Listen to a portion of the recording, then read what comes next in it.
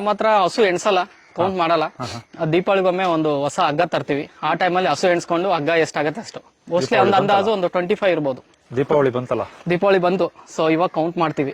Count ಮಾಡಿ ಅದಕ್ಕೆಲ್ಲ ಹೊಸ ಹಗ್ಗ ತರೋದು. ಒಂದು 25ರಿಂದ 30 ಇರ್ಬೋದು. ಕರು, ಹಸು, ಎತ್ತು ಎಲ್ಲ ಸೇರಿ. ಇದು ನಮ್ದು ದನದ್ದು ಸೆಡ್.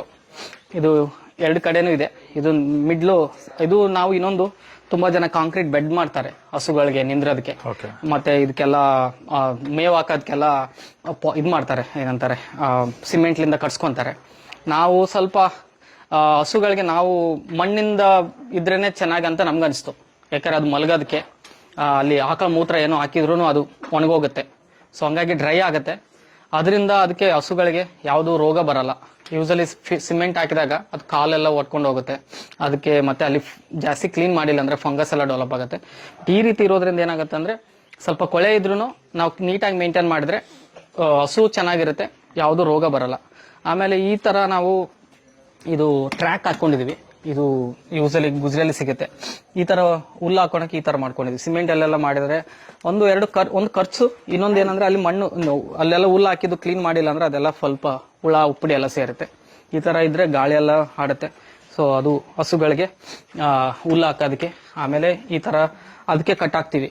ಸೊ ಅದಕ್ಕೆ ಜಾಸ್ತಿ ನಿರ್ವಹಣೆ ಏನೂ ಇಲ್ಲ. ಹಸುಗಳು ನಾವು ಮಿನಿಮಮ್ ಎಫರ್ಟ್ ಇಂದ, ಮಿನಿಮಮ್ ಕಾಸ್ಟ್ ಇಂದ ಮೇಂಟೈನ್ ಮಾಡ್ತಾ ಇದೀವಿ. ಸೊ ಇಲ್ಲಿ ಒಂದು 25-30 ಹಸು ಇದ್ರು ನಮ್ಗೆ ಒಬ್ಬ ಲೇಬರು, ಬೆಳಗ್ಗೆಯಿಂದ ಸಂಜೆವರೆಗೂ ಒಬ್ಬ ಲೇಬರು. ಮತ್ತೆ ಒನ್ ಟೈಮ್ ಮಾತ್ರ ಹುಲ್ಲು ಹಾಕೋದು. ಬೆಳಗ್ಗೆ ಒಂದು 10 ಗಂಟೆಗೆ ಹೊರಗಡೆ ಗ್ರೇಸಿಂಗ್ ಹೊಡ್ಕೊಂಡು ಹೋಗ್ತೀವಿ, ಫ್ರೀ ಗ್ರೇಸಿಂಗ್. ಯೂಸಲಿ ಸಂಜೆ 4-5 ಗಂಟೆಗೆ ಕಟ್ ಹಾಕ್ತಾರೆ. ಸೊ ಒನ್ ಟೈಮು ಒಣ ಹುಲ್ಲು ಹಾಕ್ತಿವಿ ಅಷ್ಟೇ. ಅದ್ ಬಿಟ್ರೆ ನಾವು ಯಾವುದೇ ಮ್ಯಾನ್ಯುವಲ್ ಅಂದ್ರೆ ಏನು ಫೀಡ್ ತಂದು ಹಾಕೋದು ಹೊರಗಡೆಯಿಂದ, ಮತ್ತೆ ಹಾಲು ಹಿಂಡೋದು ಮಾಡಲ್ಲ. ನಮ್ದು ಯೂಸಲಿ ಕರು ಹಾಕಿದ ತಕ್ಷಣ ಒಂದು ವಾರ ಮನೆಯಲ್ಲಿ ಕಟ್ಟಾಕ್ತಿವಿ. ನಮ್ ತೋಟದಲ್ಲಿ ಓಡಾಡುತ್ತೆ. ಒಂದು ವಾರ ಆದ್ಮೇಲೆ ತಾಯಿ ಜೊತೆ ಕರುನು ಬಿಡ್ತೀವಿ. ನೋಡಿ, ಇದೆಲ್ಲ ಆಲ್ಮೋಸ್ಟ್ ನಿಮ್ಗೆ ಇನ್ನ ಹಾಲು ಕುಡಿತಾ ಇದೆ. ಇದು ಒಂದು 6-7 ಮಂತ್ಸ್ ಕರು ಇದು. ಸೊ ಇದು ಈಗ ಆದ್ರೂ ಅದು ಹಾಲು ಕುಡಿತಾ ಇರುತ್ತೆ.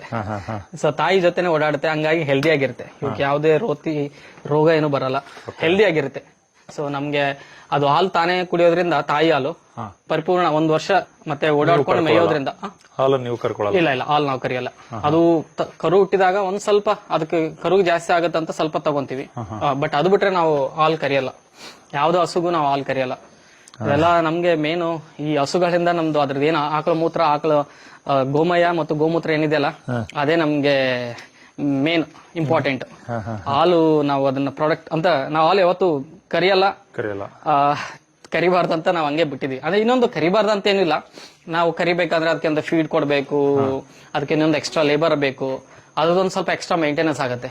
ಸೊ ಈ ತರ ಆರಾಮಾಗಿ ಅದು ತಾಯಿಗೆ ಕರುಗೆ ಬಿಟ್ರೆ ಕರುನು ಆರಾಮ ಹೆಲ್ದಿಯಾಗಿ ಬರುತ್ತೆ, ತಾಯಿನೂ ಆರಾಮಾಗಿರುತ್ತೆ. ನಾವು ಅದಕ್ಕೆ ಎಕ್ಸ್ಟ್ರಾ ಖರ್ಚು ಏನು. ಎಷ್ಟು ವರ್ಷಗಳಿಂದ ಹಸು ಸಾಕ್ತಾ ಇದ್ದೀರಾ ಸರ್? ಇದು ಆಲ್ಮೋಸ್ಟ್ ತೋಟ ಸ್ಟಾರ್ಟ್ ಮಾಡಿದಾಗ 2 ಹಸು ತಂದಿದ್ವಿ. ಆಮೇಲೆ 1-2 ಮತ್ತೆ ಪರ್ಚೇಸ್ ಮಾಡಿದ್ದು. 4 ಹಸುವಿಂದ ಈಗ ಆಲ್ಮೋಸ್ಟ್ 25 to 30 ಹಸು ಆಗಿದೆ. ಸ್ಟಾರ್ಟ್ ಮಾಡಿದ್ದು 4 ಹಸುವಿಂದ. ಇದೊಂದು 2 ಮಲೆನಾಡ್ ಗಿಡ್ಡ ಮತ್ತೆ ಒಂದ್ ಸ್ವಲ್ಪ ತಗೊಂಡಿದ್ದು. ಟೋಟಲ್ ನಾವು ಹೊರಗಡೆ ತಂದಿದ್ದು 6 ಹಸು. ಹಸುಗಳು ಜಾಸ್ತಿ ಆಗೋಕೆ ಕಾರಣ ಗೊಬ್ಬರ ಜಾಸ್ತಿ ಬೇಕು ಅಂತ? ಹಿಂಗೆ ಗೊಬ್ಬರ ಜಾಸ್ತಿ ಅಂತೂ ಏನೂ ಇಲ್ಲ. ನಮ್ಗೆ ಯೂಸಲಿ ಇಷ್ಟು 13 ಎಕರೆಗೆ ನಾವು ಹೊರಗಡೆಯಿಂದ ಯಾವುದೇ ಗೊಬ್ಬರ ಅಂದ್ರೆ ಫರ್ಟಿಲೈಸರ್ಸ್ ಆಯ್ತು ಬೇರೆ ಯಾವ ರೀತಿನೂ ಹಾಕಲ್ಲ. ನಮ್ದು ಆರ್ಗಾನಿಕ್ ಅಲ್ಲೂ ಬೇರೆ ಕಡೆ ಒಳ್ಳೆ ಗೊಬ್ಬರ ಸಿಗಲ್ಲ.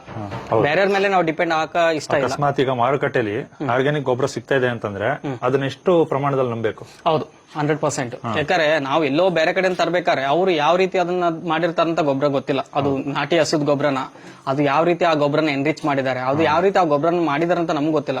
ಮತ್ತೆ ಒಂದು ಕಾಸ್ಟ್, 2 ಕ್ವಾಲಿಟಿ, 2 ನಮ್ಗೆ ಕ್ವಶನಬಲ್.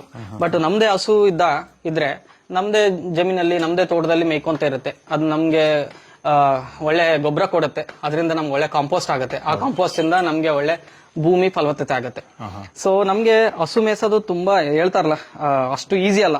ನಾವು ಹೇಳದಷ್ಟು ಈಸಿ ಅಲ್ಲ. ಹಸು ಯೂಸಲಿ ಈಗ ರೈತರಿಗೆ ಮೇನ್ ಪ್ರಾಬ್ಲಮ್ ಬರೋದು ಹಸುಗಳು ಮೇಯಿಸಿ ಕಂಪೋಸ್ಟ್ ಮಾಡ್ಕೊಂಡು ತೋಟ ಮಾಡೋದಕ್ಕೆ ಅಥವಾ ಗೆದ್ದೆ ಮಾಡೋದಕ್ಕೆ ಯಾರ ಹತ್ರನೂ ಹಸು ಇಲ್ಲ.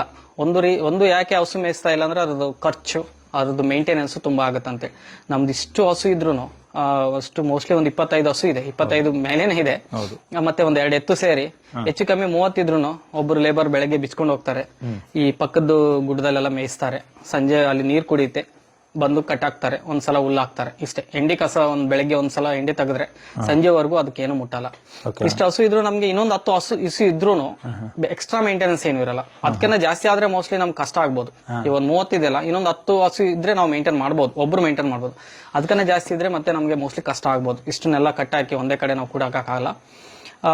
ಇದರಿಂದ ನಮ್ಗೆ ಗೊಬ್ಬರ ಒಂದು 50 ಟ್ರಿಪ್ ಆದ್ರೂ ಸಿಗುತ್ತೆ ಮಿನಿಮಮ್ ನಮ್ಗೆ. ಅದಕ್ಕೆ ಯಾಕಂದ್ರೆ ಓನ್ಲಿ ಗೊಬ್ಬರ ಅಷ್ಟೇ ಅಲ್ಲ, ನಮ್ ಪಕ್ಕದೆಲ್ಲ ಈ ಗ್ರೀನ್ ಮ್ಯಾನ್ಯೂರು, ಡ್ರೈ ಇದೇನು ಗ್ರಾಸಸ್ ಸಿಗುತ್ತಲ್ಲ ಅದನ್ನೆಲ್ಲ ಮಿಕ್ಸ್ ಮಾಡ್ಕೊಂಡು ಒಂದು 50-60 ಟ್ರಿಪ್ ಅಂತೂ ಗೊಬ್ಬರ ನಾವು ಒಂದ್ ವರ್ಷಕ್ಕೆ ಮಾಡ್ಕೊಂತೀವಿ. ನಮ್ದು ಒಂದು 60 ಟ್ರಿಪ್ ಗೊಬ್ಬರನೇ ನಮ್ 13 ಎಕರೆಗೂ ಹೊಲಕ್ಕೆ ಸರೋಗುತ್ತೆ.